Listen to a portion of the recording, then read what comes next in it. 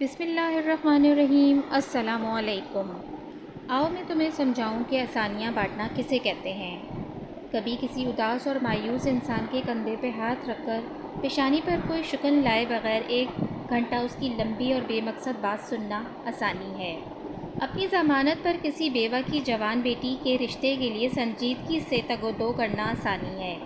صبح دفتر جاتے ہوئے اپنے بچوں کے ساتھ محلے کے کسی یتیم بچے کی اسکول لے جانے کی ذمہ داری لینا یہ آسانی ہے۔ اگر تم کسی گھر کے داماد یا بہنوئی ہو تو خود کو سسرال میں خاص اور افضل نہ سمجھنا یہ بھی آسانی ہے۔ غصے میں بھپرے کسی آدمی کی کڑوی کسیلے اور غلط بات کو نرمی سے برداشت کرنا یہ بھی آسانی ہے۔ چائے کے کھوکے والے کو اوئے کہہ کر بلانے کے بجائے بھائی یا بیٹا کہہ کر بلانا بھی آسانی ہے۔ گلی محلے میں ٹھیلے والے سے بحث مباحثے سے بچ کر خریداری کرنا یہ آسانی ہے۔ تمہارا اپنے دفتر، مارکیٹ یا فیکٹری کے چوکیدار اور چھوٹے ملازمین کو سلام میں پہل کرنا، دوستوں کی طرح گرم جوشی سے ملنا، کچھ دیر رک کر ان سے ان کے بچوں کا حال پوچھنا یہ بھی آسانی ہے۔ ہسپتال میں اپنے مریض کے برابر والے بستر کے انجان مریض کے پاس بیٹھ کر اس کا حال پوچھنا، اسے تسلی دینا یہ بھی آسانی ہے۔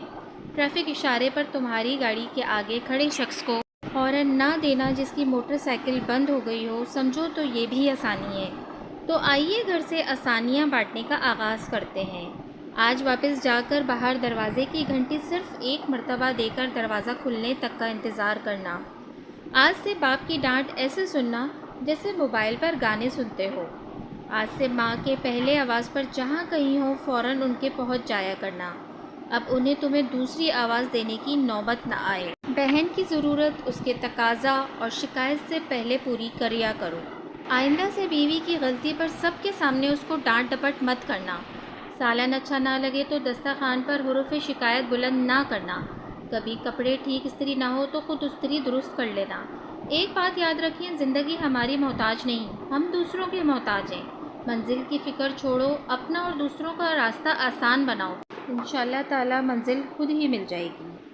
جزاک اللہ۔ اگر آپ کو میری یہ ویڈیو پسند آئی ہے تو پلیز میرے چینل کو سبسکرائب کرنا نہ بھولیے گا۔